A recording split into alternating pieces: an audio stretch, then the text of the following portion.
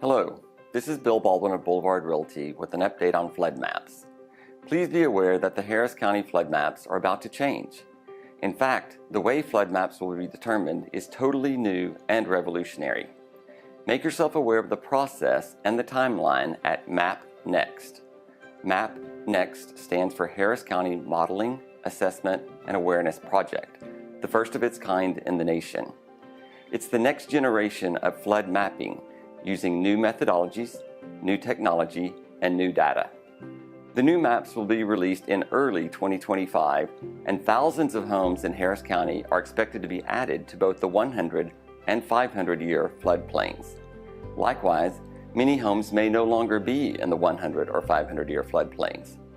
After the announcement, there will be a period of 6 to 9 months of education and input. The adoption is not likely until late 2025 at the earliest.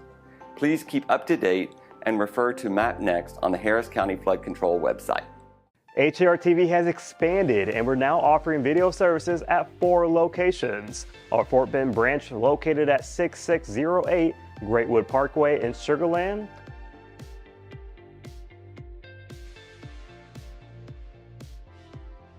Our Montgomery County branch located at 25700 I-45 North in Spring.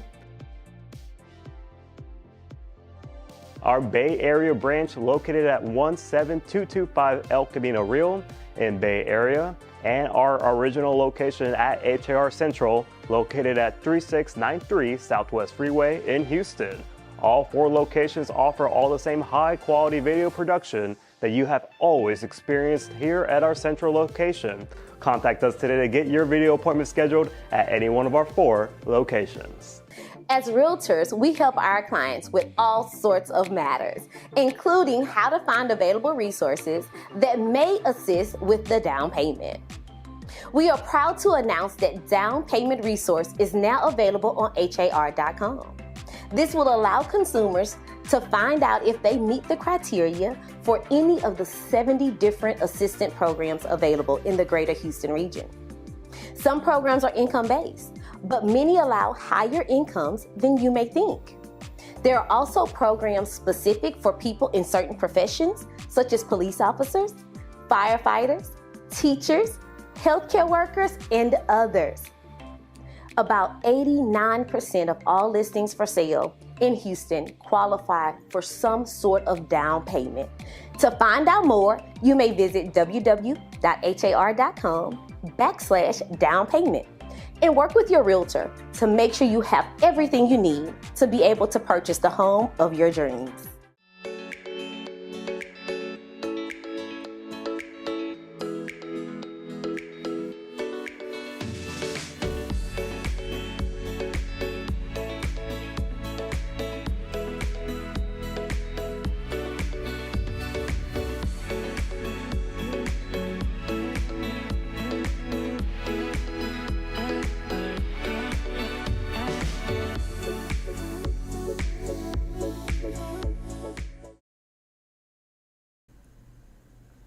Good morning and welcome to Member Focus Monday. I'm Christina Schaefer, Director of Social Media for HAR, and I'm very pleased this morning to be joined by a returning guest, Skip Richter of GardenLine. Welcome back to the program, Skip. Hey, it's great to be here. Great to be here with you guys. We're really happy to have you. Of course, we are still kind of dealing with some weather. Maybe we have another cold front coming, but we're kind of getting to that point of the year where we're looking around at our yards and our garden and saying, oh boy, I have some work to do. So we are happy to have you here today to answer some key questions that I'm sure we all have, but also for our realtor audience that are working with sellers, they have listings on the market, or people that are prepping their listing for the market. Right. What can we do to improve that curb appeal? So we have a lot to talk to you about, or talk with you about today. Yeah, there's a lot. I got a question from a realtor the other day, or actually a homeowner that was selling, and they were going to sell in a week, and they wanted to know how to fix a completely weedy yard. Oh, yeah. Get a kneeler bench and spend the night pulling weeds. A lot of work to do in a week. Absolutely. Yeah, other than, the obvious things, anything you do that spruces it up and cleans it up. If something looks bad, I've been telling people, don't prune everything back to the ground yet. We may have another freeze. Well, if you were selling in a week or two, prune it back to the ground, get all that Mm. ugly out of there, clean it up. It always looks good to put fresh mulch down. It just cleans everything up really nice. And that is a very inexpensive way that you can spruce things up. Putting some flowers in, if you have a little more time, getting Mhm. some flowers in there where they can begin to grow in and fill in, that looks really good too. And there's so many good options. I'm going to answer that question too, not just for right now, but Yeah. carrying through the year. In the summertime, foliage is your friend. We have a Mm. lot of things that don't want to bloom in the summer, very few bloom options compared to spring. And so some of the bold foliage, everything from like some cannas with the beautiful coral colored foliage or variegated, it just makes a real bold splash. And you can have that and the heat doesn't bother it. Mm. That's another way to get things through there. Getting beds cleaned up. There is a version of sweeping the dirt under the rug when the neighbors are coming over to the house, and that is even if you have weeds, just putting anything down, weed eat them to the ground, and throw a bunch of mulch over the top of them, Mm. and it looks pretty good. And if they're a perennial, in time they're going to pop through. So people will use craft paper, the rolls, large Mm. rolls of paper, to put it down on the ground, wet it with a hose, and then throw mulch on it, and it keeps things from coming through. It gives you at least a quick cleanup look when people are in that situation. I would avoid planting anything that's long term if you're going to sell short term. Mhm. But yeah, those are just a few ideas. Yeah, love that. Well, I'm Let me, sure. I'm sorry, let me Yeah. add, can I add one thing to that. People go to the garden center and they see all these pretty flowers, like a bunch of different colors of pansies right now because Mhm. it's a cool season. And that looks good up close. But the further away you're going to view color, the more Mm. large swaths you want. So a big band of something blooming red that's maybe a foot high with something blooming white, another big wide band below it from the road looks way better. As you Mm. start to mix colors, the further away you get, they just sort of blend into some compilation that's not that attractive. Love that. Great advice straight off the top. Thank you Yeah. so much, Skip. So let's talk a little bit about some of the winter recovery. You know, we had some historic snow days that we all know about and some low temperatures in Yeah. Houston this year. Are you finding there's been significant damage done to trees and plants after all of the cold weather we've had? Yeah, the second round got pretty cold. And when we're talking about like my listening area or the area you covered there in HAR, you've got everything from pretty far down south to pretty far north, and the difference is pretty huge between those. A lot of plants got killed back to the ground, and that would be things like lantanas and others. Uh, Again, I'm leaving them for now because if we were to get, doesn't look like it's going to get real cold in this next spell, but let's say it was going to get down in the mid 20s. Well, you would be glad to have that dead material on top because it protects it. If you Mm. got to prune it back, cut it back, get rid of the ugly, but then put mulch over the base, and that protects the base of those plants. So when hard cold comes, they survive it, and then they just push back through the mulch in the spring and look good. We have plants that are evergreens, but they get ratty looking through the year. English ivy on the ground, liriope is one of the ones that's used to line beds. Cast iron plant gets up about 2 feet tall with big, bold leaves that take shade, sun, and everything. All of those, you can go in and cut them back and they'll come back out fresh again. So if you were looking at a sale that was going to be maybe in April or late March, cut those back now and they'll be really pretty when it comes time for the first few months of spring and summer to look their best. Very good. Now, with the winter that we had, how do you see that impacting grass growth this year, if at all? It just kind of burned the tops of our lawns. Uh, I would leave them for now. Again, that dead material is an insulator. When you get ready to show the house, your first spring mowing could be put down at a lower level and get all that dead material out of there, and then let the fresh green come back through it. It's kind of like what I was saying about liriope and cast iron plant in the perennial bed. That it just has a lot better look to it. As the weather warms, the grass will green and come on through.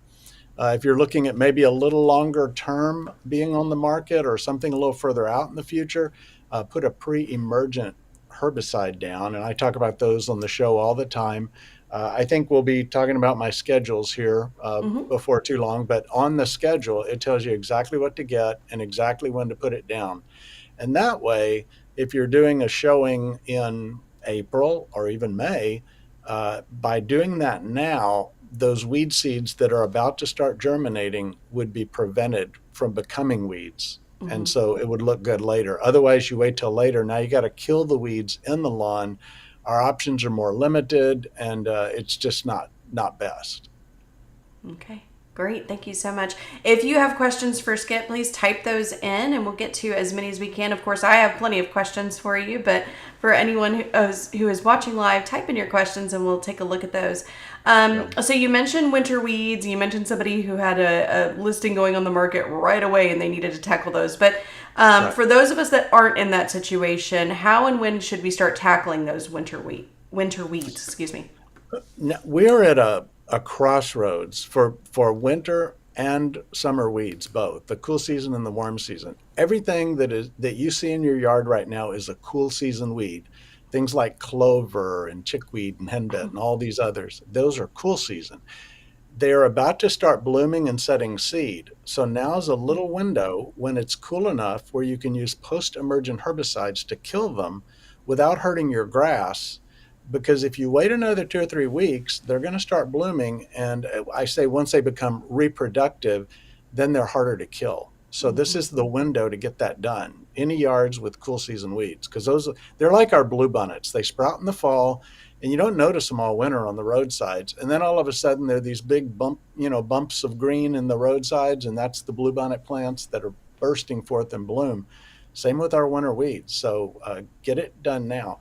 If you want to prevent warm season weeds, things like grass burrs and crabgrass and things, they're starting to germinate as we go into mid to late February and early March. So the pre-emergent that I mentioned earlier, you put those down now to prevent them. So we're really at a crossroads where there's two important things to do if you don't want to see weeds. Some people are tolerant. Weeds are green. I have a friend in Mississippi that says, I can tell you how to get rid of every weed in your yard instantly. You just take your glasses off and mow it, and it looks nice and green, and you don't know there are any weeds. Well, some people aren't tolerant of that, and I suspect that makes a realtor cringe. But Absolutely. Well, very good. Thank you so much. So we did have a couple questions that are coming in, and then we'll get back to some of the questions I have for you as well. Monique was asking, you may have answered this, but should we cut back plants that appear dead? if possible, I would leave them. And there's two reasons. You don't really know how far back they're killed. You can use your thumbnail or a knife to scrape the bark. If under the bark it's creamy white or light green, that's alive. If it's paper sack brown or even graying, that's dead. And you just go down further and keep checking and prune there. I like to wait. Again, if you don't need immediate aesthetics, if you wait, when spring comes, the plant will tell you where to prune. You'll see where shoots are coming out, and you cut back to there. And then there's some plants that typically will die back each winter, most winters, and I cut those just all the way to the ground. Just remember that pruning is an invigorating process. So if you were to prune a plant back into the living tissues, it's going to make that plant want to take off and grow. And so if it starts sending out tender growth and then we have a 28-degree night, that's all going to get burned back. So I like to hold off on pruning as long as possible. But there is a range, as I described in there, from you checking to where to prune to you just waiting and let the plant tell you. Okay, very good. So I was going to ask you, and we have a question about grass as well, but I wanted to get your recommendations for grass feeding. So what do you recommend? And I know you have a schedule that we can share a link to, but what is your recommendation there? There in the spring, some people are really anxious and they want the grass green fast. And really, we need warm temperatures to make the grass get green. But there is an early green up application that you can make. And I usually make a little light one. I'm going to use this schedule just so I'm not waving my hands in the air. But like for the early green up here, you can see there's that little yellow box there where you would put it down just to get a little faster green. But the real fertilization occurs when you've mowed your lawn twice, which is April here in our area, sometime in April. So that's when we do the fertilization that we hope lasts a couple of months before we fertilize again. So the best way to tell your clients is when you've mowed the lawn twice, fertilize then, because the grass is growing and it can take up the nutrients, and it just does. You get more for your fertilizer dollar that way. But if you want to early green up, it's on the schedule. It's basically a February thing, depending on where in this area you live. Okay, very good. Question that came in from Peggy. She's asking, is it better to seed the lawn or resod? Other than Bermuda grass, we don't have a reseedable lawn grass for our area. St. Augustine, there's not a reseeding. Zoysia grass, there's not a reseeding. And many of the best Bermuda grasses are not available by reseeding. There are a couple that give you kind of a golf course fairway like look of Bermuda that you can reseed, but it's hard. You put all your seed out and then you get a rain and it washes all the seed into where all the puddles are. And now you have like a little chia pet where there was a puddle and nothing growing on the sides. So it's better to just use sod, or if you want to save some money, use plugs, put them about a foot apart, and they will close over by the time we get to midsummer. So that's the trade-off. You either spend more money to get it all right now, or some clients need to go a little, save a little money, and that's one way they can do it. Excellent. Another question here from Monique. She's asking, she says, I have a new listing. Is it okay to plant scrubs right now? I need the lawn to look better to sell. Like shrubs around the I think she means shrubs. around the plant. Yeah, shrubs are nice. And remember, when we have shrubs, we have the typical green shrubs, but we also have some shrubs that have color in the foliage.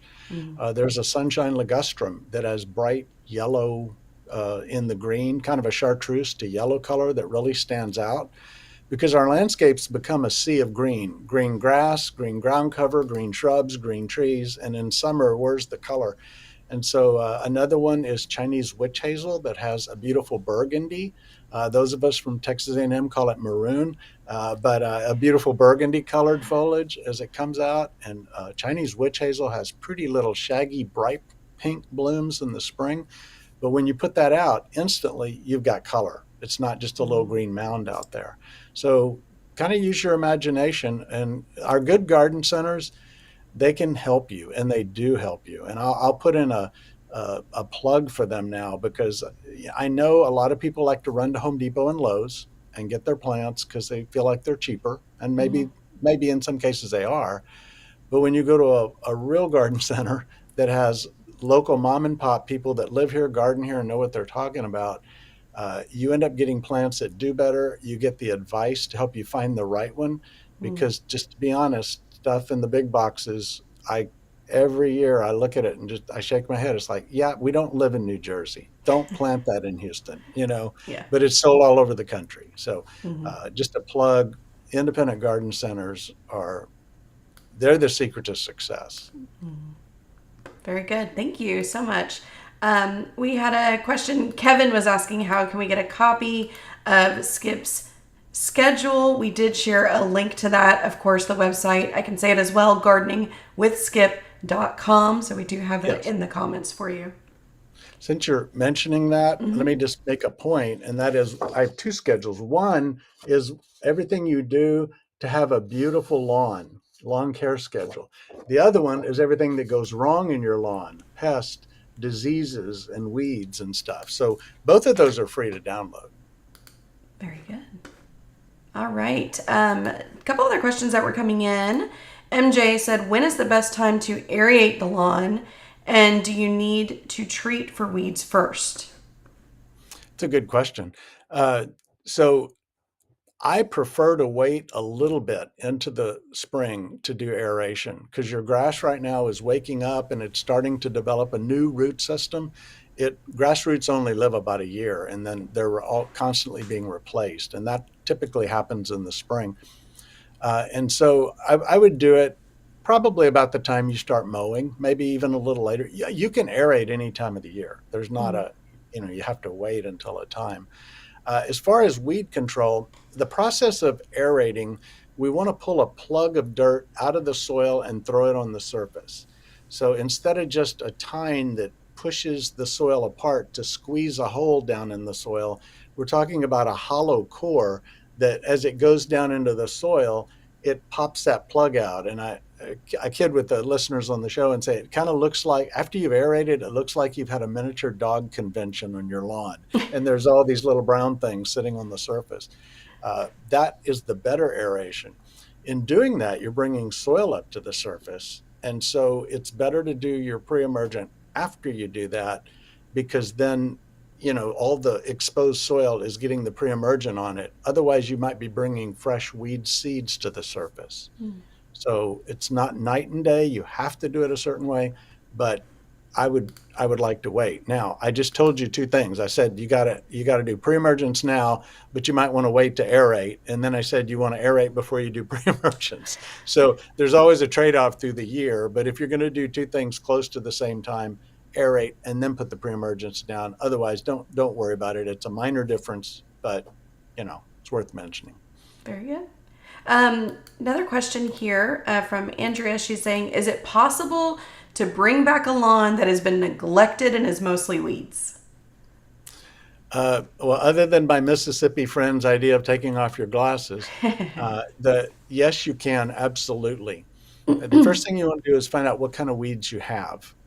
Because just like when you go to the doctor, you don't go to the doctor and say, well, I don't feel good, give me a medicine. And how is he going to know what to prescribe and, all that? It's the same with weeds. There's cool season weeds and warm season weeds. There's annual weeds and perennial weeds. There's grassy weeds and broadleaf weeds and sedges. So once we know the weed, we can prescribe the right product for it. And so you can, on GardenLine, there's an email, people can send me photos and then they call in. I do ask for call-ins because I can't answer the million emails otherwise. We try to tie them to call-ins. But you can send me a picture. I can take a look at it and advise you on it. Or again, you go to a good garden center, a mom and pop, and they're going to be able to tell you what the weed is and then put the right product in your hands for it. But if you start on them now, knocking out the cool season weeds before they go to seed, because when they do, it sentences you to 5 more years of many more weeds. So take them out before they have seed, whether you hand pull them or spray them. And then stay with that with the pre-emergence. And the best way I'm rambling here, but that was a big question.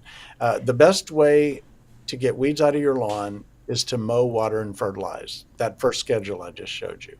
If you mow regularly, that creates the most lawn density you can have. Wherever sunlight hits the soil, nature plants a weed.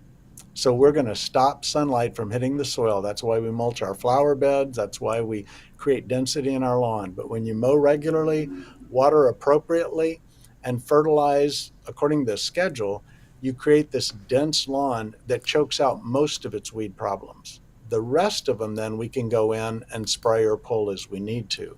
But rather than starting with the spray, that's like you're constantly behind schedule trying to fight weeds with. So get a good dense lawn and then look at what you need to spray. Very good. Thank you. And Andrea said thank you for your advice. So we appreciate it. So you've mentioned a few different options already when we're talking about a home cellar and curb appeal and really just trying to make that yard look nice from the street, as you mentioned. A lot of times home sellers, they're on a very tight budget and they're trying to save money. First of all, is this a good place to save money? And what are maybe some suggestions that you can, as a realtor, suggest to your client for somebody is on a budget? Keeping the lawn mowed regularly, getting a fertilizer that's going to give you an immediate release down as soon as you can, because that's going to cause the lawn to grow faster and it's going to cause it to be greener. And then by mowing it regularly, even if there are weeds in there, you tend to not see them as much because your lawn is just really taking off and growing. That's important. I mentioned already color, depending on the season. getting some quick color out there. And, plants take time to grow. So you can't just go from a little pot you pull out and put the plant in the ground to, hey, the whole place looks good. They all look scrawny and they're too far separated because they haven't grown together yet. So as soon as you can get it in, do a little bit tighter planting if you're going to try to sell the house quickly. Normally you might put shrubs. Let's say a shrub gets to be 6 feet wide. I always say do them about 50% to 75% of that apart. So a 6-foot shrub, maybe you're putting it 4 feet apart, something along those lines. But if you're trying to get faster results, you might put them a little bit closer because they look good. And that's true with flowers in a flower bed. It is money to do that. But if you just have flowers and they're a foot apart, it just doesn't have the same appeal. Okay, great. Thank you so much. If you have any other questions for Skip, type them in. We have a few more minutes with him, so we'll get as many of those questions in as we can. I did see Hina said, do you suggest any particular fertilizer for the quick release that you just mentioned? And I list them on my schedule. By the way, the schedule includes, for both of those schedules, there's organic and synthetic options. Synthetic tends to be better for fast release because it's basically a little salt molecule. You wet it and it just dissolves and the nutrients are right there ready for the roots. Organics are a little slower to get moving. So there's products from Nitrophos. They have an early green up product that they sell. Nelson Plant Food also has an early green up. It's called Bruce's Brew. There are a lot of brands out there on the market that have that early green up. And then they also have, it's a little more expensive fertilizer, but the ones that are slow release that will give you feeding for 3 or 4 months. And that's kind of nice because it's easy. But the quick green up was the question, and that would be something like Bruce's Brew, and Nitrophos calls theirs Imperial. Imperial is in a red bag. Okay, very good. Now, you've mentioned some things that we should do as homeowners or as home sellers. Are there things that we should not do, specifically when we're going, to these garden centers, mom and pop, not the big boxes as you mentioned. When we're going to these stores, is there a plant or tree that we should absolutely avoid while we're there? Oh gosh, lots of them. I call those woody weeds because they just hackberries are horrible. They're woody weeds. They come up everywhere. The Chinese tallow that took off and invaded the whole Gulf Coast area is another example of a woody weed. Typically, these kind of plants grow fast and die young. And so if you're looking for something like right away, it's out there, well, yeah, they do that. But then about the time that you would have this beautiful 30 or 40-year-old tree that is adding so much value to your home, it's falling apart and you're taking it out and starting over. And so avoid that. And there are a lot of good ones. Oaks in general are good. Again, a good garden center is not going to sell you something that is a woody weed. They're just not. And so don't just go for fast. We can get some medium to fast rate trees that are dependable and long-lived and strong structured, so the next storm doesn't break them all apart. They have good branch structure.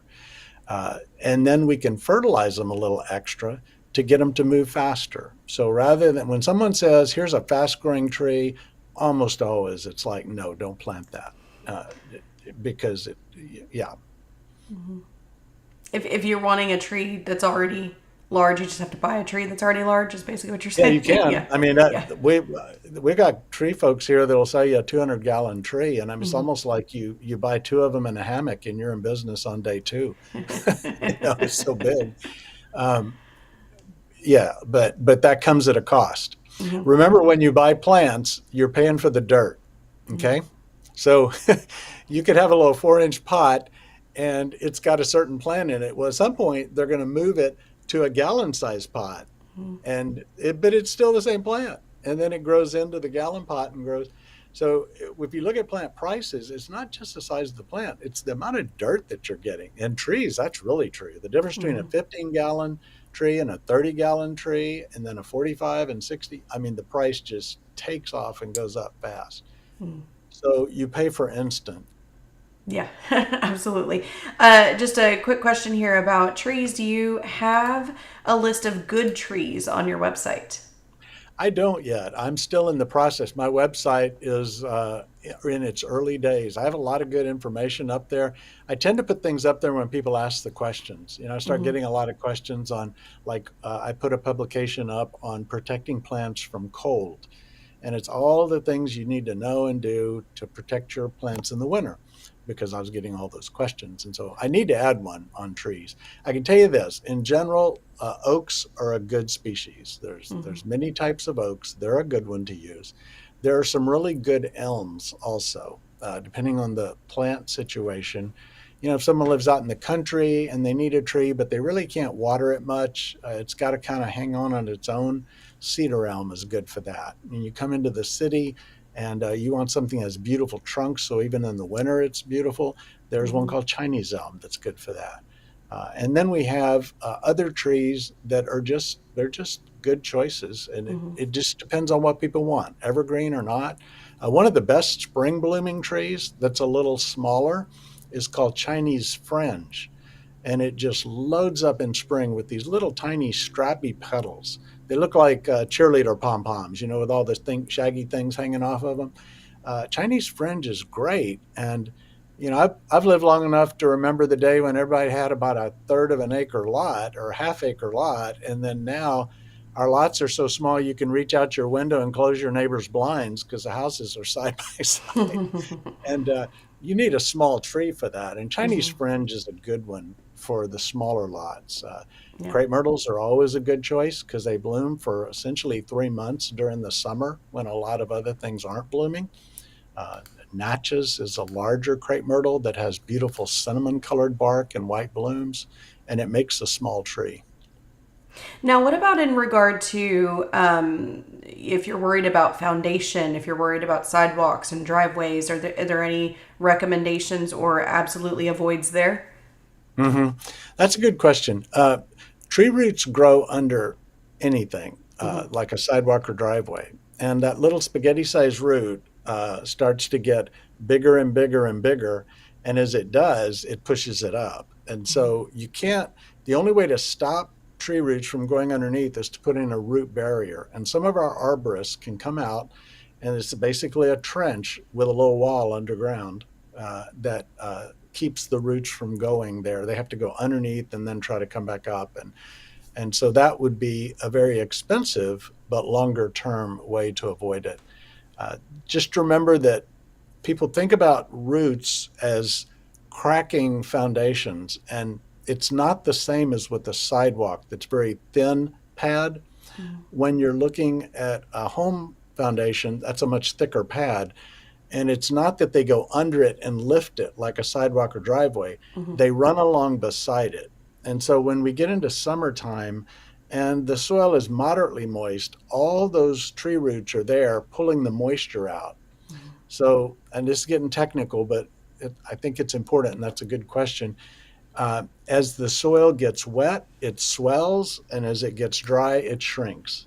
And so now if you've got tree roots that are pumping the water out of the soil, there's a lot more of this activity going on, especially when it's hot and the tree's trying to get all the water it can. So that it's more the tree roots taking water out of the soil than it is the tree roots going under your foundation and lifting it up. So there again, a little barrier to keep them a little bit away from the foundation would be a long-term choice, but not so practical for most people.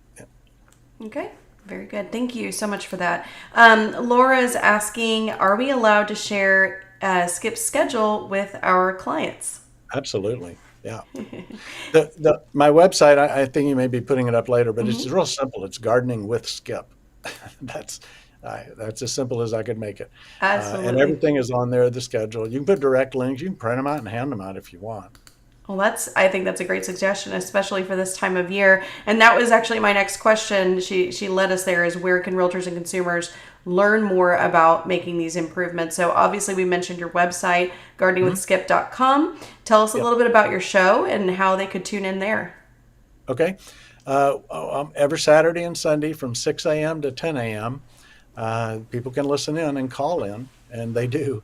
And so KTRH 740 a.m. The way I keep telling people they need to listen to the show is on their phone. There was a day when everybody drove around with a radio on all the time, and there were radios in the houses, and nobody hardly does that anymore in the houses. But on your phone, you can get the iHeartMedia app. It's free. And you can listen to my show live, or you can listen to past shows. So I tell gardeners all the time, listen on your phone and just put it in your pocket and go out in the garden Saturday morning, Sunday morning. You're out working, doing some things. You see a bug, take a picture of it, email it to me, and we'll talk about it on the air. I think that's the most flexible, easy way to listen to the show. Well, very good. I'll suggest that to my husband because he is an AM radio listener still. So, so there's at least one out there. Very good. AM goes far. Yes, the show goes all the way to Huntsville. It goes to I-35, San Antonio, Austin, and it goes across the Louisiana border and down Corpus. So there's a big area that AM can serve that FM can't as well. Yeah. Now, we mentioned your website, we mentioned your show, but you are also, you post frequently on social media. I know I follow you on social media. Where can people follow you to get more tips and advice and things like that? Right. So while my website is Gardening with Skip, our Facebook and Instagram are GardenLine with Skip, like the radio show name, GardenLine with Skip. And then we do post a lot on there as well. For other sites, there is a site that's Aggie Turf, and it's all things lawn from A&M with lots of good information on weed control and which grass do I pick and everything else. And then there's an Aggie Horticulture site. If you want a publication on any fruit tree you might want to plant in your yard, there's a free publication, multicolor on it, how to plant it, which varieties to choose, how to prune it. And so I would use those sites, have those bookmarked, because they're very helpful for those kinds of things. Excellent. Well, Skip, you shared some great information, a lot of helpful tips. We've got some people thanking you in the comments and loving the information. Is there anything else that you want to share with us today? That's a good question. I think we've kind of covered about everything. Yeah, there's one other thing. People get excited about flowers and plants. You go to the garden center and you bring home a flat of flowers. The single most important thing that you do to have success with whatever green plant you're going to put in the ground is take care of the soil first, because that's the foundation. It's like building a house. You wouldn't build a house on a crummy foundation. If you go out and get compost and the soil blends and things that are available and you get that right, it makes your thumb turn green. Plants are happy that you're giving them the perfect place to thrive. And so many people avoid that, and they just go by, the way I like to put it, it's a Peter Piper pick to peck of pickled peppers. They plop a poor plant in an unprepared plot. And when you do that, you're headed toward disappointment. And I don't want anybody to be disappointed. Start with the soil. On the radio show, I say brown stuff before green stuff. That's the way to remember it. Love that. I'm going to ask one more question from the audience, because honestly, it's a question that I have myself.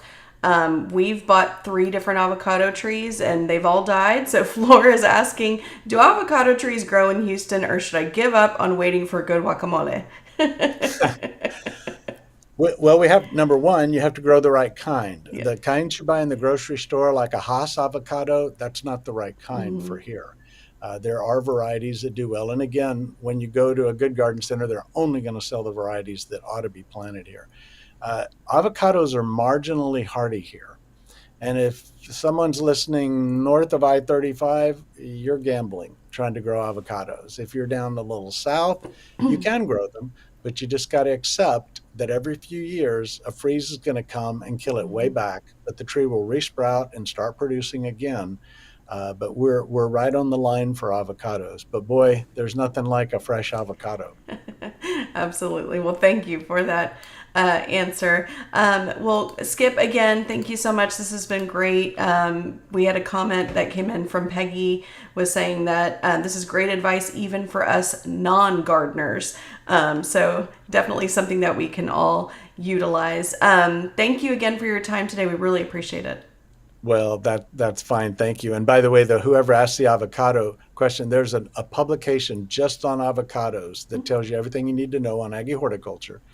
And as far as non-gardeners, remember, there's no such thing as a brown thumb. There's only an uninformed thumb. So I'll be shamelessly plugging, listen to GardenLine and we'll teach your thumb a few things and everything will turn green. There you go. Perfect. Thank you so much, Skip. Well, that is it for this Member Focus Monday. We will be back next Monday at 9 a.m. and we are going to be talking all about professional development with HAR's Director of Professional Development, Rita Blevins. She's going to set you guys up for everything you need to know this year. So be sure to tune in next Monday at 9 a.m. Have a good week, everyone. Bye-bye.